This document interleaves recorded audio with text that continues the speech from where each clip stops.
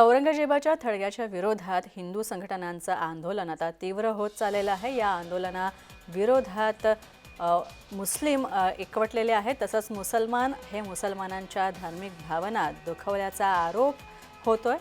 काही मुस्लिम संघटनांनी तशा भावना सुद्धा व्यक्त केलेल्या आहेत। पोलिसांनी हस्तक्षेप करत हा परिसर मोकळा केलेला आहे। नागपूरमधील ही घटना आपण पाहतोय। नागपूरमध्ये हिंदू संघटना या औरंगजेबाची कबर हटवावी यासाठी आंदोलन करतायत।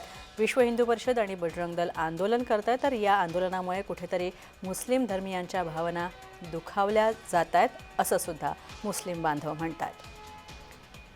हितेश मिश्रा आमचे प्रतिनिधी नागपूरहून आमच्यासोबत आहेत। हितेश, मुस्लिम संघटनांकडून हा आक्षेप नोंदवण्यात आलेला आहे। भावना दुखावल्याचं बोललं जात आहे त्यांच्याकडनं, काय अधिक माहिती आहे?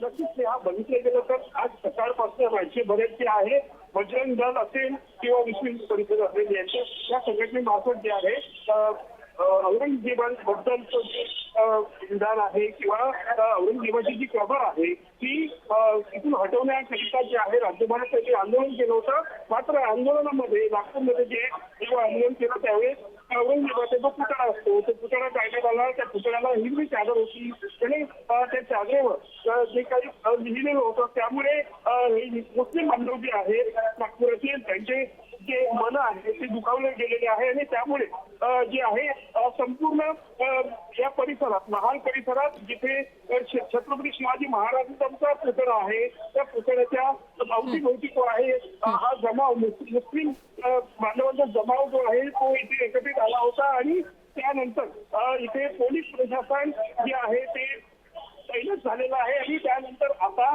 तिथलं जे वातावरण आहे त्या मुस्लिम बांधवांना साईडला सरकवून जे आहे इथे पूर्ण वातावरण असं निर्माण झालेलं आहे। धन्यवाद हितेश, या सगळ्या माहितीबद्दल। आपण तुमच्याकडनं वेळोवेळी अपडेट्स घेतच राहू।